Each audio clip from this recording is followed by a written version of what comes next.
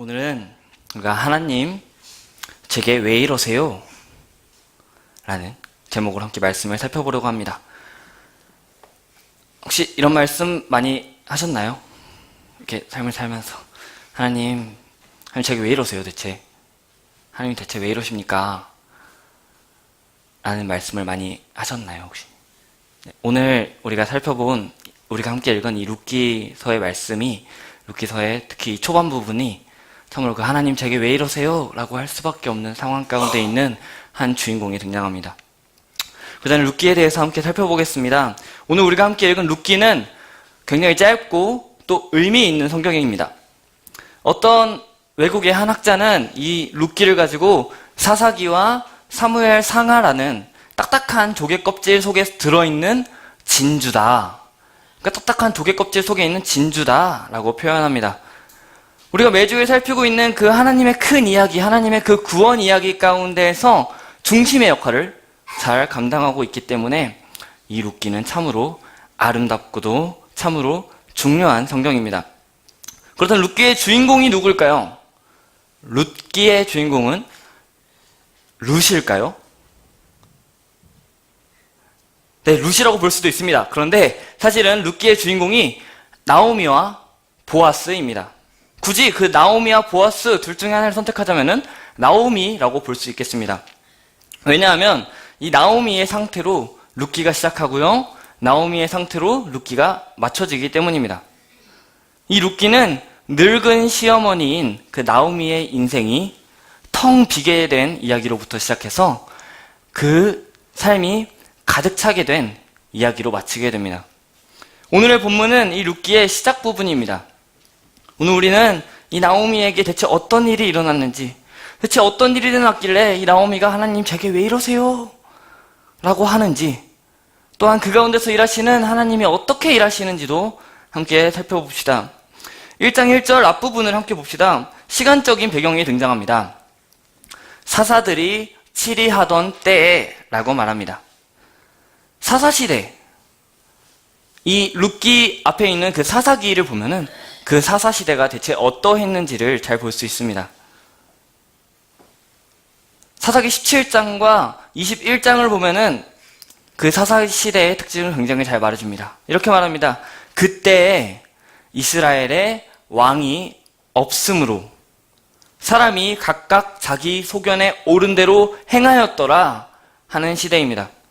끊임없이 우상을 숭배하고 이방 민족에게 압제당하고 도덕적으로 타락한, 종교적으로도 타락한 이 시대가 바로 사사시대입니다. 룻기는 바로 그 타락의 시대에, 그 답이 없는 시대에, 영적으로 피폐해져 버린 그 시대에 일어난 이야기입니다. 또한 사사들이 치리하던 때의 문제였던 이스라엘의 왕이 없는 상황, 그 상황을 하나님께서 어떻게 바꿔나가시는지, 이스라엘의 왕이 없어서 각각 자기 소견에 옳은 대로 행하였던 그들의 그 시대를 어떻게 바꿔나가시는지 우리는 룻기를 통하여 볼 수 있습니다. 특별히 이 룻기의 마지막에는 그 유명한 다윗의 할아버지 오벳의 출생이 나타납니다. 룻기는 그 어둡고 피폐한 사사시대와 풍요로운 다윗 시대의 다리 역할을 하고 있습니다. 아무튼 이 룻기의 배경은 그 어둡던 사사시대입니다. 그 이후에는 어떠한 상황인지 나타납니다. 그 땅, 즉 베들레헴에 흉년이 들었습니다.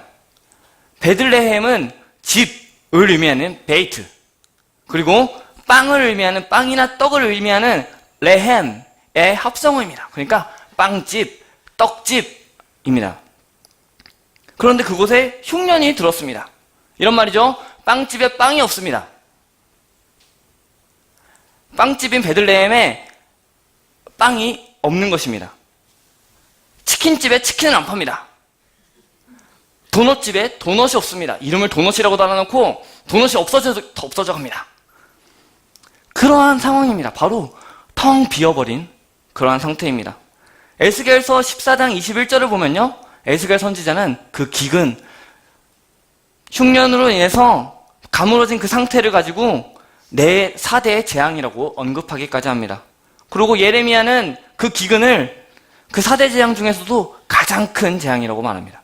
칼에 찔려 죽는 것보다 이게 더 큰 재앙이라고 말합니다. 그 일이 베들레헴에 일어나는 것입니다. 이는 백성이 피할 수 없는 고통이고 이는 이 백성들이 피할 수 없는 환난입니다. 어떤 사람들은 이렇게 접근합니다. 어떤 사람들은 그 베들레헴에 왜 흉년이 일어났고 그곳에 왜 기근이 일어났는지를 막 파헤쳐듭니다. 막 어떻게 했고 쟤네가 뭐 저렇게 했고 이렇게 막 말하면서 하나님의 심판이 그곳에 임했다! 라고 외칩니다. 물론 그 하나님의 심판 때문에 흉년이 일어날 수 있습니다. 그러나 그렇지 않은 경우도 있습니다. 그리고 특별히 이 룻기 말씀은 그것을 침묵합니다. 그러나 창세기를 보면은 그 땅에 흉년이 드니라 라는 말과 같은 말을 사용한 구절이 두 군데 나옵니다. 바로 창세기 12장과 26장인데요. 이 구절을 살펴보면은 하나님께서는 그 흉년, 그 기근을 사용해서 하나님이 당신의 백성을 위한 계획을 계속해서 이루어 나가십니다. 그리고 또한 이 흉년을 통해서 하나님은 자기 백성을 위해서 어떤 종류의 더 크고 더 아름다운 미래를 보여주기도 합니다.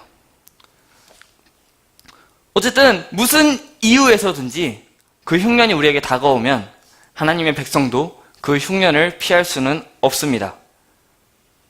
그러나 하나님께서는 끝까지 당신의 백성과 그 흉년 가운데 있는 당신의 백성과 함께 하시고 당신의 백성들을 위해서 일하십니다. 그 사사가 통치하던 그 시대에, 어둡던 그 시대에 베들레헴에 흉년이 들었습니다. 그리고 이야기는 계속해서 이어집니다. 그곳에 한 사람이 그의 아내와 그의 두 아들을 데리고 모압 지방으로 갑니다. 잠깐 거하러 갑니다. 약속의 땅에 있던 그들이 영적으로 음란하고 성적으로 음란하고 그래서 여호와의 총회에 들지 못하는 그 땅으로 갑니다. 그 땅으로 간 이유는 간단합니다. 먹을 양식이 있던 가장 가까운 지역이기 때문입니다. 그러니까 치킨파이브 앞에 치킨집이 하나 생겼죠? 모르시나요? 그 치킨시대 앞에 치킨집이 하나 생겼습니다. 그쵸? 치킨파이브에 치킨이 없어지면은, 제가 치킨파이브 굉장히 좋아하는데 치킨파이브에 치킨이 사라지면은 어디로 가야 될까요? 치킨 너무 먹고 싶습니다. 오부장으로 갈 수도 있고요. 그 앞으로 갈 수도 있습니다. 네, 아무튼 그렇게 그 양식이 있어야 될 곳에 양식이 없기 때문에 양식이 있는 가장 가까운 곳, 양식이 있고 살 수 있는 그곳으로 이동하는 것입니다. 잠깐 살러 갔습니다. 그리고 그 유다 베들레헴 사람과 이제 이후에 유다 베들레헴 사람과 그의 아내와 그의 두 아들의 이름이 소개됩니다. 그 유다 베들레헴 사람의 이름은요, 엘리멜렉입니다. 엘리멜렉의 이름은 나의 하나님은 왕이라는 거죠. 굉장히 이름이 멋있습니다. 나의 하나님은 왕이라는 의미고요. 그의 아내는 나의 즐거운 자라는 의미의 나오미고요. 그의 두 아들은 병든 그리고 약한이라는 의미의 말론과 기륜입니다.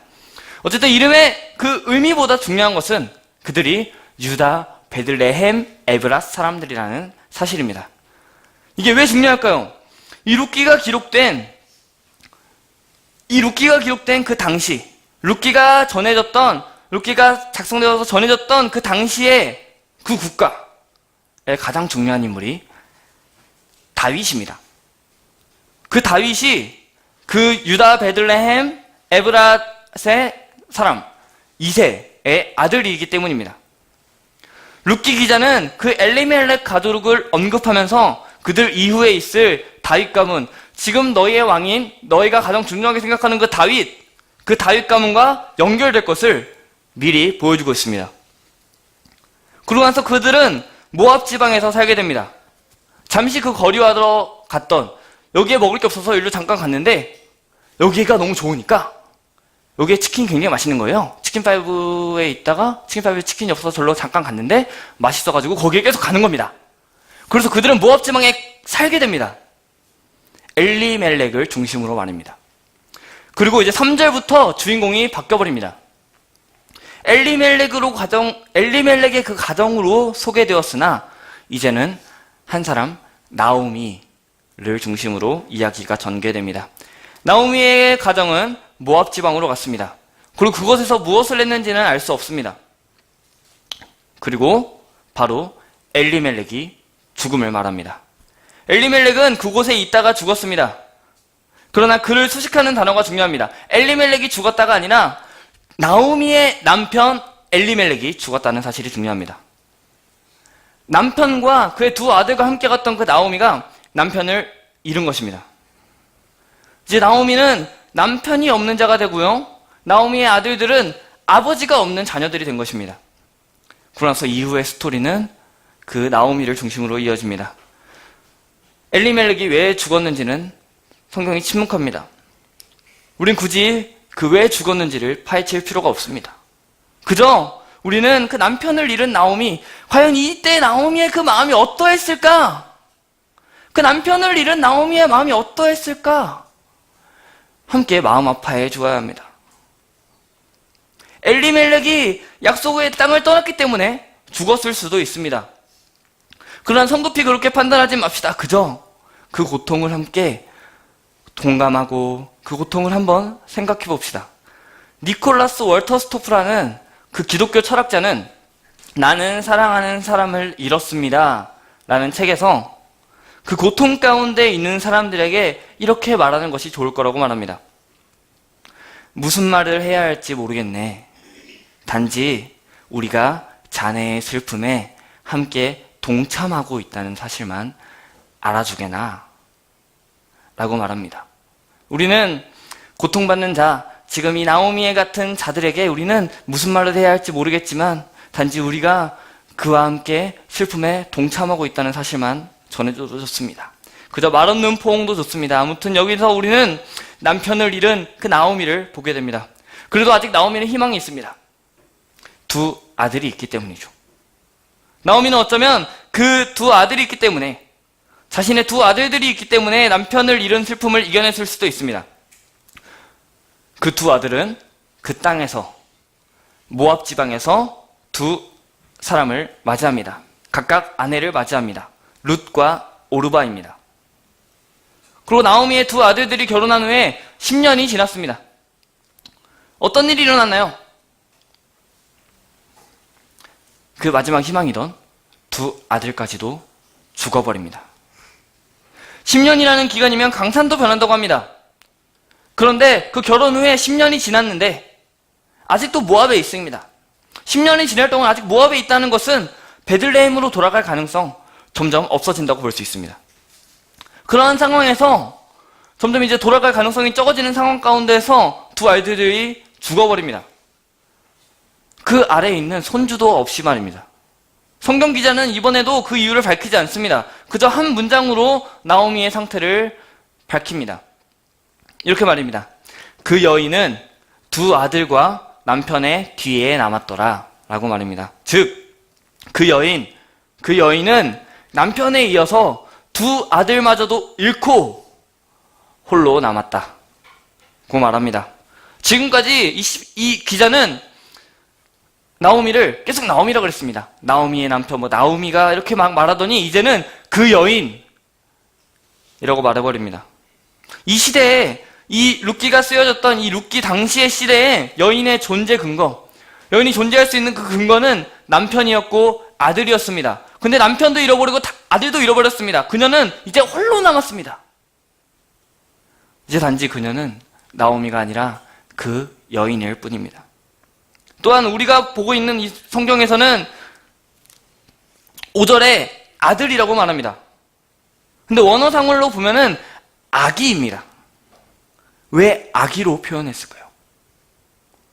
자녀를 잃은 어머니의 슬픔을 극대화하기 위해서 썼을 수도 있습니다. 그러나 더 중요한 이유는 4장에서 그 아기가 채워진다는 사실입니다.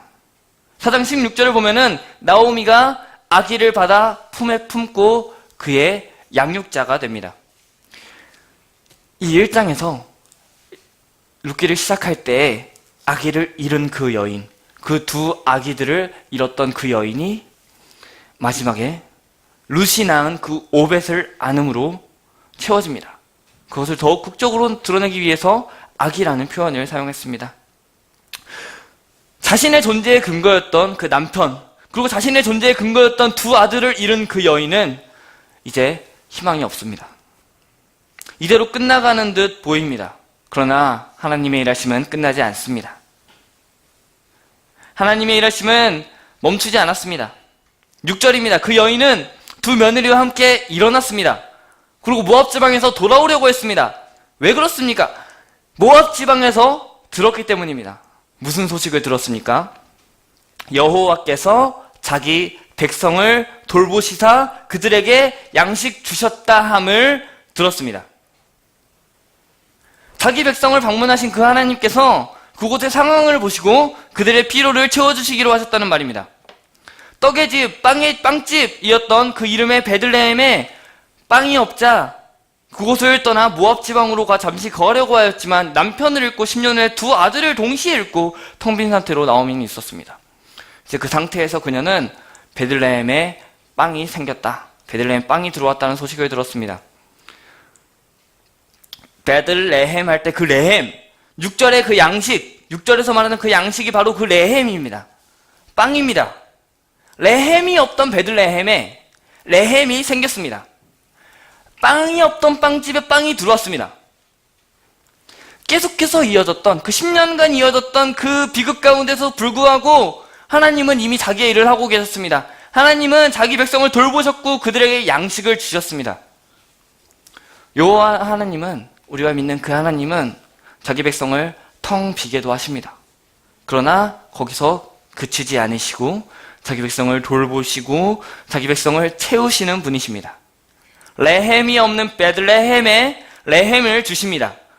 그리고 더 나아가서 친히 떡이 되십니다. 신약 성경을 보면은 하나님은 자신의 몸을 찢어서 우리의 떡이 되시기 위해 친히 이 땅에 육신을 입고 오십니다. 생명의 떡으로 이 땅에 오십니다. 우리가 그 떡을 먹으면 죽지 아니합니다. 우리는 영원한 생명을 얻을 수 있습니다. 우리는 지금까지 룻기 1장 1절에서 6절의 말씀을 살펴보았습니다. 요약하자면 이러합니다. 사사들이 통치하던 시대에 유다 베들레헴에 흉년이 들어서 나오미의 가족들이 베들레헴을 떠나 모압 지방으로 갔습니다. 그곳에서 나오미는 남편을 잃습니다. 10년 후에 두 아들들도 있습니다. 그리고 유다 베들레헴에 양식을 주셨다는 소식을 듣고 돌아가려고 합니다. 여기서 6절은 끝납니다. 이 이야기가 대체 와서 죽고 돌아가려는 이야기가 우리에게 무슨 관련이 있을까요? 세 가지로 살펴보려고 합니다. 먼저 우리는 나오미와 같은 자들, 우리 주변에 있는 나오미와 같은 자들과 동감해야 합니다. 마음을 같이 해야 합니다. 그들이 슬퍼할 때 함께 슬퍼해야 합니다. 우리의 주변을 돌아봅시다. 나오미와 같은 삶을 살아가는 이들이 있지 않습니까? 우리 그들을 어떻게 대하십니까? 베들레헴에 레헴이 없어서 떠나는 그들을 어떻게 대하십니까? 너는 이방 지역으로 갔으니까, 너는 하나님께서 있으라고 했던 곳에 있지 않았으니까 너는 버려받을 거야 라고 하십니까? 혹시 베들레헴에 레헴이 없어서, 빵집에 빵이 없어서 떠난 이가 고통을 받을 때 어떻게 대하십니까? 너는 이방 지역으로 갔으니까, 너는 하나님께서 있으라고 하셨던 곳에 있지 않았으니까 너는 하나님이 벌하신 거야 라고 하십니까? 네가 평상시에 죄를 많이 지어가지고 네가 죄를 많이 지었기 때문에 하나님이 벌하신 거야. 어서 돌이켜서 하나님 말씀 봐. 어서 돌이켜서 예수님 잘 믿어 하시겠습니까? 오늘 본문에서 그 베들레헴을 떠난 모압으로 간, 베들레헴을 떠나서 모압으로 간 나오미가 고난을 당한 이유를 룻기의 저자는 침묵합니다. 왜 그런 일이 일어났는지, 그들을 어디에 묻었는지, 그들을 보낼 때 심경이 어떠했는지 하나도 언급하지 않습니다. 우리는 단지 그 나오미와 같은 자들에게 동감해야 합니다. 어떤 이의 말처럼 통곡의 벤치에 함께 앉아 주어야 합니다. 여러분, 주변에 있는 나오미와 같은 자들과 함께 통곡의 벤치에 앉아 그의 고통을 함께 나누어 주십시오. 다음으로 우리는 우리 주변에 나오미가 있을 뿐만 아니라 우리의 삶에 나오미와 같은 고통이 있을 수 있습니다. 저는 여러분들의 고통을 다 알 수는 없습니다. 여러분들의 고통을 다 알 수 없습니다. 그러나 여러분들이 그러한 고통 가운데 있다면, 그러한 통곡 가운데 있다면 여러분들의 통곡의 벤치에 함께 앉겠습니다. 거기서 더 나아가서 저는 여러분에게 권고하고자 합니다. 나오미의 고통 중에 가장 쓰라린 사실은요, 남편을 잃었고요, 두 아들을 잃었는데도 하나님이 여전히 선하시고 하나님이 여전히 의로우심을 믿을 수밖에 없다는 사실입니다.